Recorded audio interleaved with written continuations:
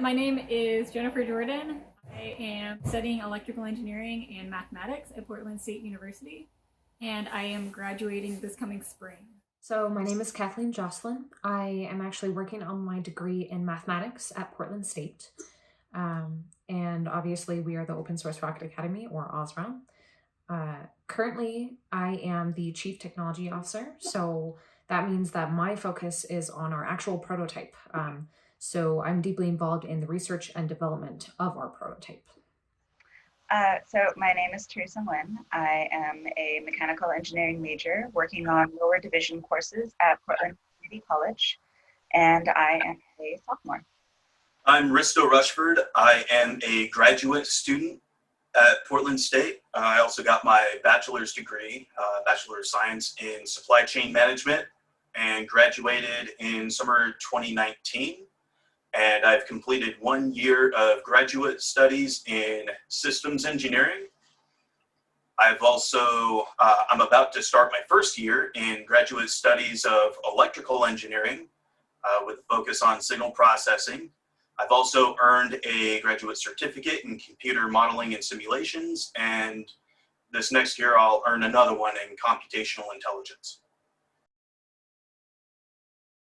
So we were inspired to start the Clean Tech Challenge because we have already been working on this project for a while, and since our propellants are IPA and liquid oxygen, they are clean burning and it's environmentally friendly, especially compared to the alternative solid motors. So going through Clean Tech, we were really focused on the environmental aspect of it, and then working through that program, we came to the realization that that we could actually make a difference by making this technology accessible and building a curriculum around it to make it safe for people who are also going into the aerospace field. From my perspective, I would say the challenges was like not all of us were on the same page with what it meant to start a business and how to learn that, and so a lot of us were kind of dipping our toes into that world a little bit more. Definitely had to shift our focus to not just developing the technical side of things, but also develop the educational side of things. Being very clear on the product that we were selling, and learning how to do it quickly, but to do it that synthesizes all of the information and work that we've done, but to synthesize it into something that's really concise and that you can communicate. I think one of the biggest ones was obviously COVID-19. Our prototype relies on us being able to be there and work on it in person. That's been a huge challenge, especially in terms of logistics.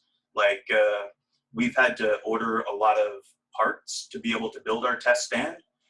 And then when those parts come in, we have to be able to assemble things. And COVID has created both the logistical challenge of being able to order those parts from companies. Some of them have not been as responsive as we have hoped, or the lead times are just so much longer than they were pre-COVID. But it's also made it a lot more difficult for us to be able to coordinate, to be able to go in and do the project work directly. Luckily, we were able to get all of our components and our project to my garage, where I currently am. So it's definitely a little bit of a Silicon Valley. Open Source Rocket Academy is a startup business that wants to sell our certification curriculum. We are developing a liquid rocket engine, test stand, and engine. We want to provide hands-on experience for people who didn't really, they don't really have access to, that sort of hands-on experience that we've had in the Portland State Aerospace Society.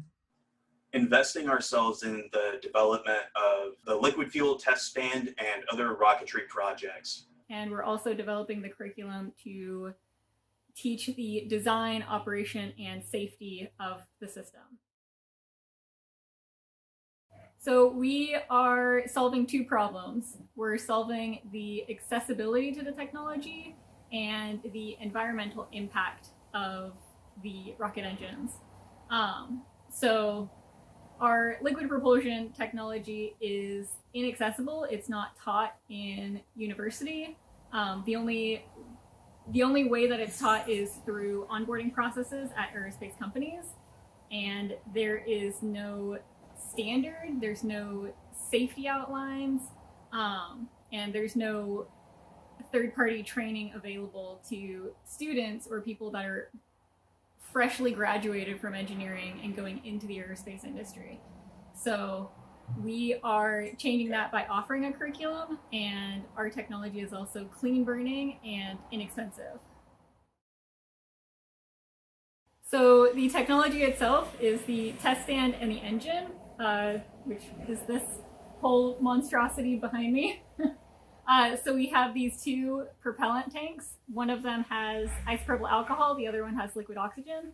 They move through all of this piping and these different valves, which regulate the pressure, the flow rate, and the temperature.